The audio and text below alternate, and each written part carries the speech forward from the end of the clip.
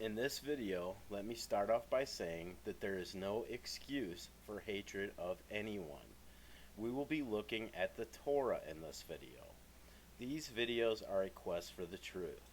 I pray every day that I find the truth. I am very sane. I am looking to expose the insane. I only claim to actually read the Bible and look at history and see where the real truth lies. Jesus gave us few commands, but one is very important. And if you claim to be a Christian, you should have this one running through your mind as soon as you wake up. At John 13, verses 34 through 35, Jesus states, "A new command I give you, love one another as I have loved you. So you must love one another. By this all men will know that you are my disciples, if you love one another." This is what it means to be a Christian. Nowhere does Jesus condone war or murder or say that it is acceptable. We are going to be examining a few things in this video. The first thing is the Torah. Why? The entire world is about to go to war based on a stance taken by one nation who claims to be chosen people of God, and a city and nation that claims to be Zion, and the nations that support this stance. What is the Torah? The Torah is the first 5 books of the Bible and the foundation of the Jewish faith. What I am about to say will be proven by the Torah. If you don't want to examine the Torah, then how can you claim to be a religion that is based on it, or that you are God's chosen people whom should not be questioned for your acts? I love all my fellow human beings. There are many deceptions out there, and these were all foretold. The question is, what do you do when you find out the truth? Do you ignore it, or do you do something about it in a positive way? Remember that Jesus said love should direct all our steps. Now, what is the full name of the vast majority of Jews in the world?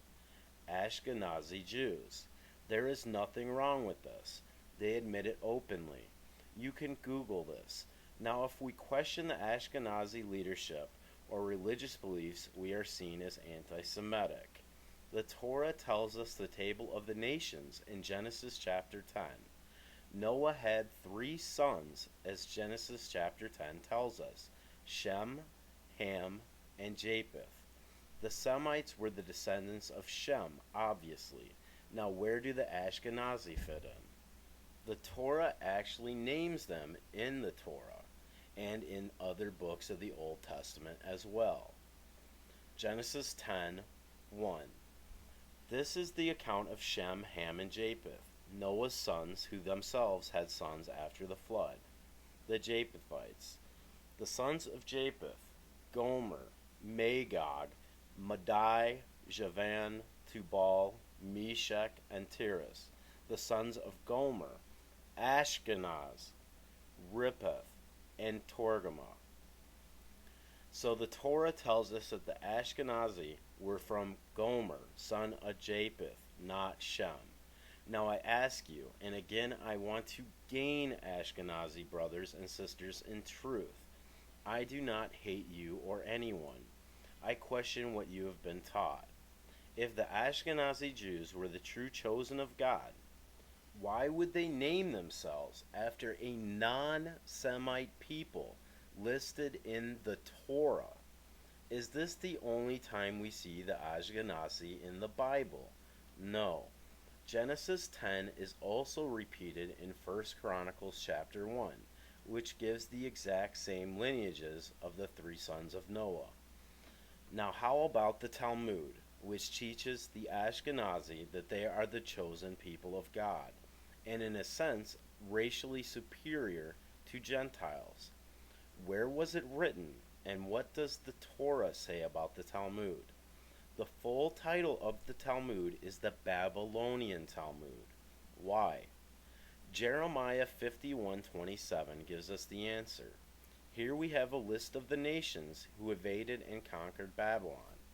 In Jeremiah chapter 50 verse 9, It says, "For I will stir up and bring against Babylon an alliance of great nations from the land of the north. They will take up their positions against her, and from the north she will be captured. Their arrows will be like skilled warriors, whom do not return empty handed." Now in Jeremiah 51:27, we get an actual list of those nations. It says, "Lift up a banner in the land, blow the trumpets among the nations, prepare the nations for battle against her, Babylon, summon against her these kingdoms, Ararat, Mini, and Ashkenaz." So the Ashkenazi were one of the northern nations whom conquered Babylon. This is why the Babylonian Talmud is called the Babylonian Talmud. Now, what does the Torah say about the Talmud and the idea that there were two sets of laws, one written and one secret, passed down orally, which is what the Talmud claims to be? Deuteronomy 4, verse 2 gives a warning. Deuteronomy is the last book of the Torah. It says, "You shall not add to the word that I am commanding you, nor take away from it, that you may keep the commandments of Yahweh your God, which I command you." The Torah forbid the Talmud and the idea of two sets of laws. This is echoed at Joshua chapter 8, verses 34 through 35. It says, "After that, he, Joshua, read all the words of the Torah, the blessing and the curse, according to all that is written in the Torah scroll.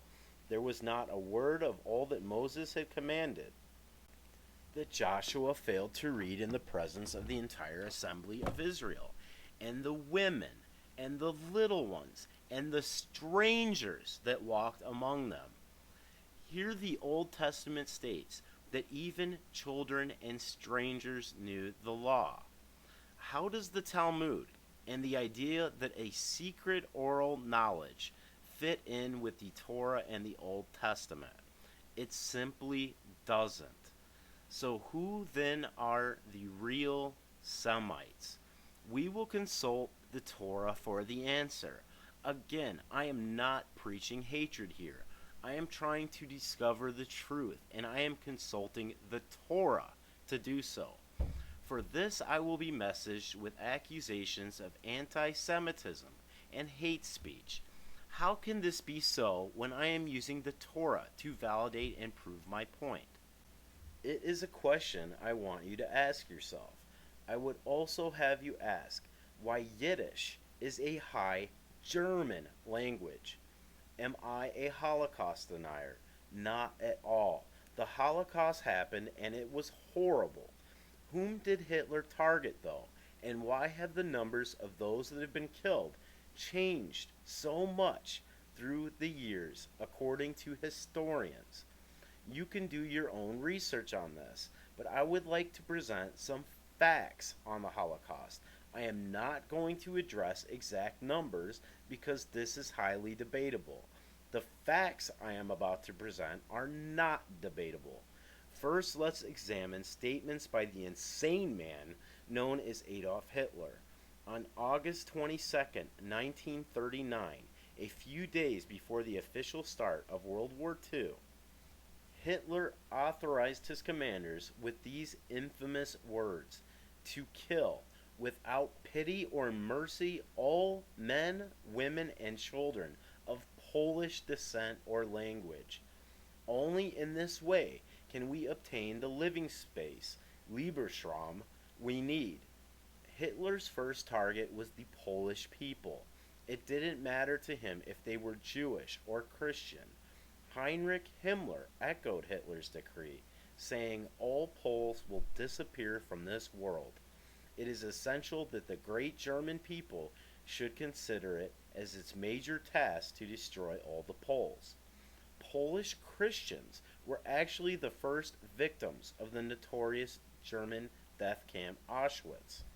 For the first 21 months after it began in 1940, Auschwitz was inhabited almost exclusively by Polish non-Jews.